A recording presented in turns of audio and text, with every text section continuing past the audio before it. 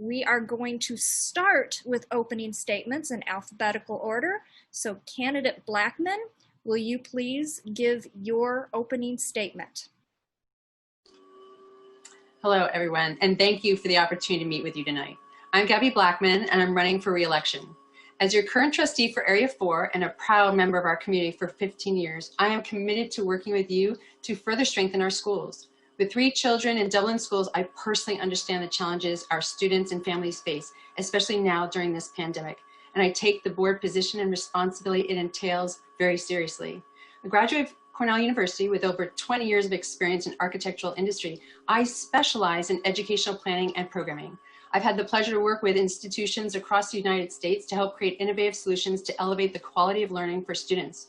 Harnessing this, I bring my extensive public process and management expertise in serving as your voice on the Dublin School Board. I am passionate about education and its ability it has to change lives, and I strive to ensure campuses are safe, that we meet our growth needs, and most importantly, that our education system excels in preparing students for success in the global economy. For over 10 years, I have advocated for our children at both the school board and city council meetings to remedy the impact of growth. And I've campaigned for the second high school, supported modernization of our older schools, and advocated for equity across our district. Deeply vested in helping Dublin, I have extensively volunteered in our schools, in our community, supporting teachers and helping students across our district. Serving as trustee on the district's LCAP Advisory Committee and Technology Committee, I champion the needs of our students. And as trustee, I'm proud to help foster a greater level of communication and community outreach to better serve our Dublin students. A critical thinker with the knowledge and expertise to tackle complex and pressing issues of growth and safety, I bring a more sustainable, fiscally sound, long-term vision to our school district. As your trustee, I will strive to ensure students have equitable access to support and the tools they need to succeed, bolster curriculum to strengthen college and career readiness, to align available fiscal resources with our prioritized needs, an environment that is safe. Together, we're creating a brighter future for our children. I'd be honored to have your continued support and trust in serving the interest of your children. Thank you. And let's begin with the pandemic. How do you feel about schools reopening? What specific steps or measures would you recommend to ensure safety for everyone? And until students can return to the classroom, how would you support remote learning? Hi, thank you. Excellent question. So sitting on the board as we close schools was a big lift, and I have to thank Dr. Markin for his work in helping us. But Dr. Mario has done an exceptional job in helping us navigate over 2.5 months, a complete transition from over 100 years of education into a completely new modality of learning for our students. We've actually provided our staff as well as our students and families with resources to help them, help desks, technology experts that can assist them. And we actually allocated even more time at the start of the school year to help train our staff and our teachers so they could become more familiar with the technology itself. This is very new for all of us, and it's going to be a little bit of a learning curve, but I'm really excited about what's coming out and about because of it. We're finding that we have more time carved into our week to help with students' needs. For example, we have interventions spread throughout the week to assist students and teacher hours, things we would not have been able to do if we were in the classroom. And that enables us to elevate the level of learning for our students. We just had a meeting with the county recently on new updates that are coming, and some of that information will be rolling out soon with regard to the schedule and process to begin to open schools. So we will do it thoughtfully. And in addition, just to be clear, my background in education and planning also stems into the area of medical care facilities. I've worked on areas with infusion patients, and I'm very well aware of what it takes for us to prevent a virus from spreading in an environment. So I'm prepared to provide that information as a board member and to help us successfully reopen schools so they're safe. What are your thoughts on the district's budget given uncertainty of state funding and other variables? As a board member, how would you determine budget priorities? Are there any areas you would not consider cutting? Thank you very much for that question. So just for clarity, there are 2 specific funds I think we need to focus on. One's the general fund, which is funded by the state, and that provides us funding for our teachers and our classrooms and some of our special programs. There's also additional funding that comes from the state and grants from the federal government, which allow us to augment some of our specific needs for our students.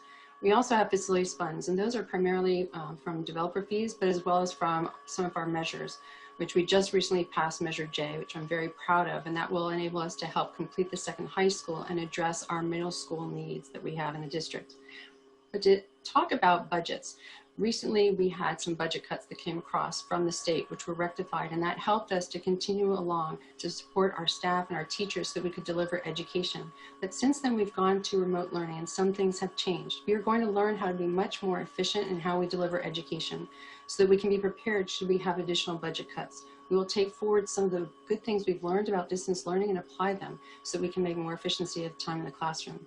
The one thing I would try to protect the most is our classroom sizes. I believe that we need to bring our class sizes down because the amount of time that we actually have, it's referred to as contact hours with our teachers, is a good indication of the quality of learning our students are receiving. And so that's one area I would certainly protect if it ever came to the point where we have to look at the budget for cuts.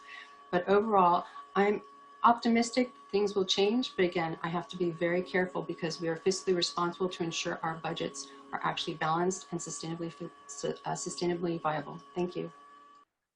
Dublin Unified has experienced considerable leadership turnover within the district in recent years, including the abrupt resignation of short-term Superintendent Dave Markin this summer and ushering in interim Daniel Morel. Not to mention the 2 special elections for new trustees after a pair of midterm board resignations since the last general election. How will you work to restore stability, trust, and community confidence in the district's administration? And what are the most important factors to consider when hiring DUSD's next permanent superintendent? Thank you for that question, Jeremy. First of all, I want to point out that we really appreciate the work that Dr. Markin did. He came out of retirement to help this district, and I have to say he accomplished a lot.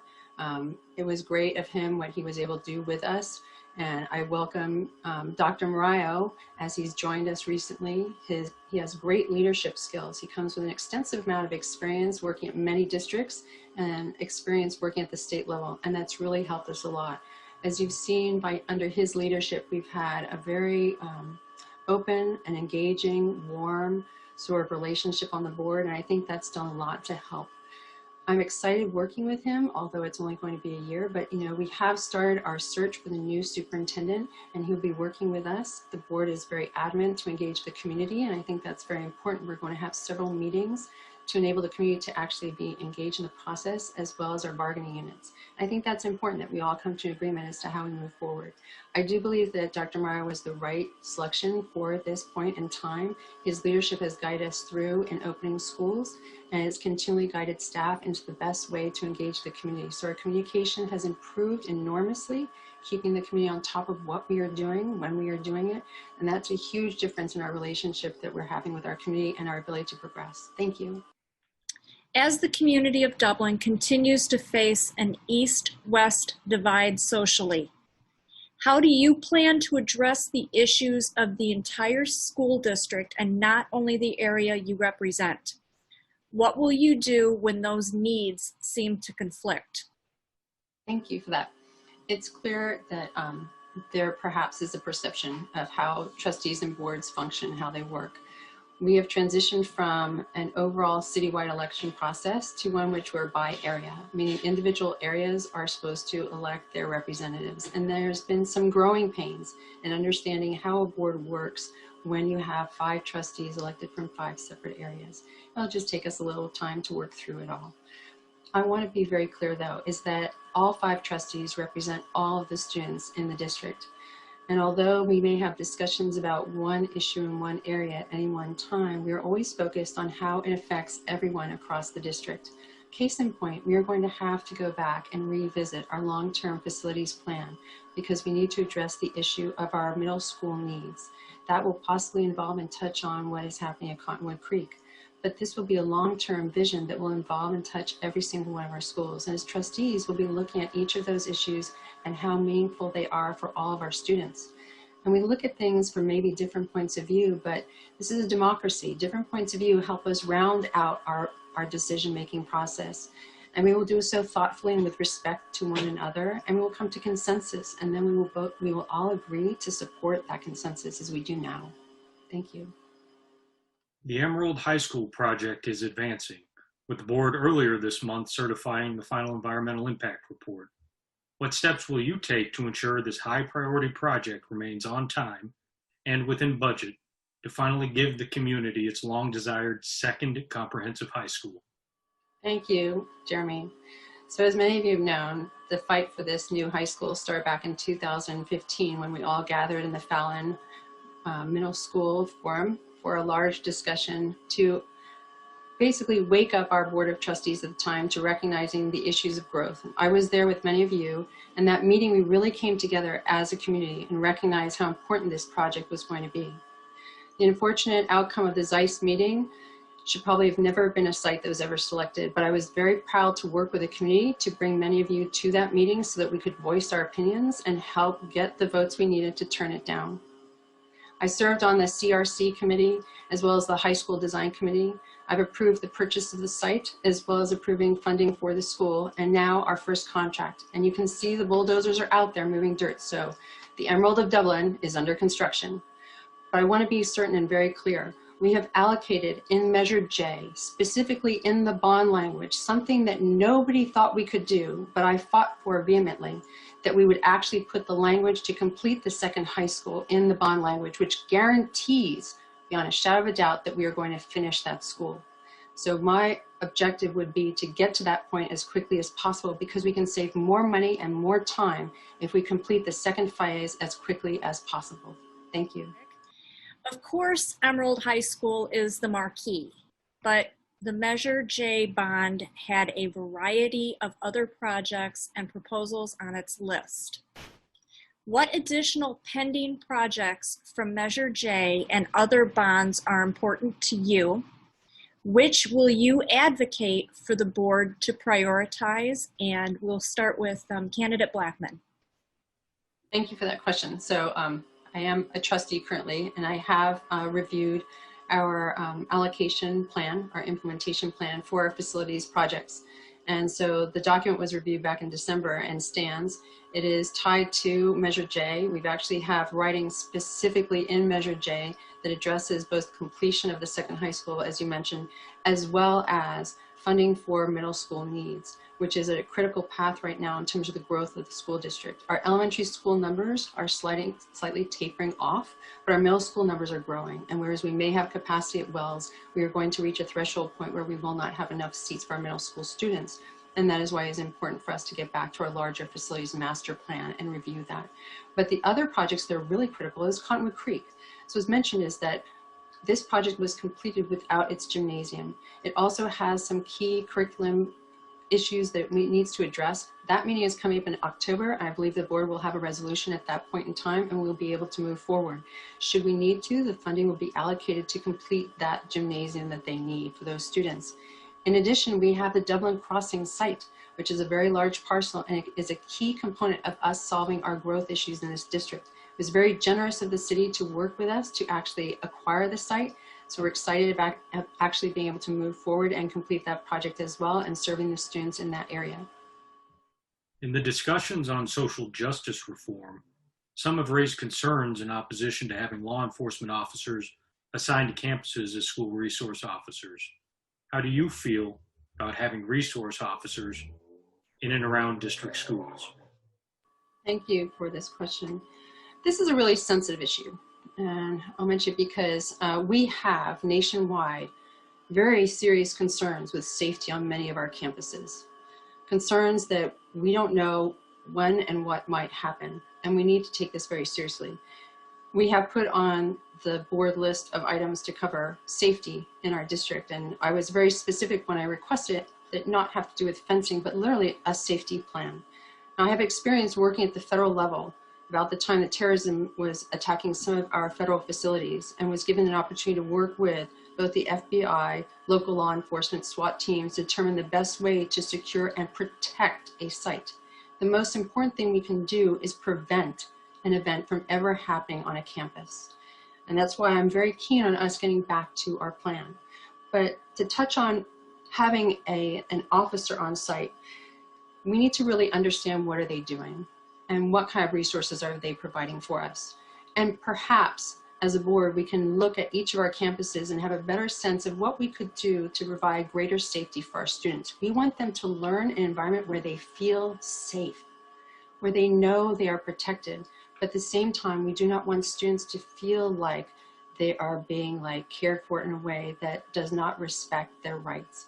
So it's a very sensitive issue, and I expect that we will get to it this year. Thank you. Candidate, how would you characterize the district's current relationship with the teachers union, the Dublin Teachers Association? What approach will you take to resolving conflicts with the DTA and retaining high-quality teachers going forward? Thank you very much for that question. I come from a family of teachers. My grandmother was a teacher. My mother taught the Lighthouse for the Blind. I've been a guest critic at several universities, including over at Cal. I married into a family of educators, generations of them. It is often the topic at our dining room table. So this isn't anything new. And I have always supported our teachers because they are so important to us. They are educating generations of students. The future of our nation is in their hands. And as much as we can support them, we will. The trustees have an important job, though. We have to oversee the fiscal sustainability of our district. And so we sit, although on the opposite side of the table, we are unified with our teachers in trying to support them so that we can provide in the best interest of our students.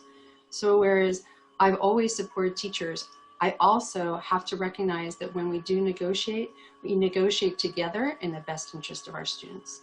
Thank you. Each candidate will now have up to 3 minutes to provide closing comments. Thank you very much. And thank you for hosting this wonderful event so that our community can get to know us each better. 5 years ago, hundreds of Dublin residents gathered at Fallon Middle School to voice concerns to the board about the impact growth is having on our schools. I was there with you, voicing my concerns. That night, we came together as a community and have since worked together to ensure our voices are heard and that the needs of our students are actually being met. In 2019, you elected me to bring much needed change to the board. I have delivered on the election promises I made, and I bring integrity and work solely for the community in your interest, in your students' interest, in putting students first. In 1 year, we have made incredible progress. We have funded the new high school, and we have purchased a new site for that high school, such that Emerald High School, the Emerald of Dublin, is now under construction. I am very proud to have been part of that process from the very beginning. We have also met our funding allocations, much needed modernizations of our older schools. Just to clarify, Murray and Fred are fully funded and they will be complete. Dublin Elementary is also funded. In addition, we have allocated $10 million more to assist in the renovation of those spaces up until the point where that project can begin, because we want to take care of our students. We have also installed air quality sensors across our district. In this time of fires, it's important that we keep our children and our teachers safe. We have worked to enhance community engagement and the district communication with our residents. The constant messaging came out of CSBA event last December, where we learned from communities like our own in the fires how important it was to begin to open up the dialogue with our community and do it consistently and be proactive, bringing them in the discussion. I'm really proud of the fact that we have priority project language in Measure J. Thank you, community, for approving this incredible bond and for hiring Dr. Morayo as the interim and now acting superintendent. Great smooth opening of schools. We are ensuring that we are able to keep our students, our children, our families, our teachers, and our staff safe. Working together, we will continue to transform our district and provide a safe, equitable experience addressing all of our growth needs while elevating the quality of learning for all of Dublin's children. This November, I would be honored to have your continued support and trust in voting for me, Gabi Blackman. To learn more, please come to my website, gabifordevlin.com. Thank you very much.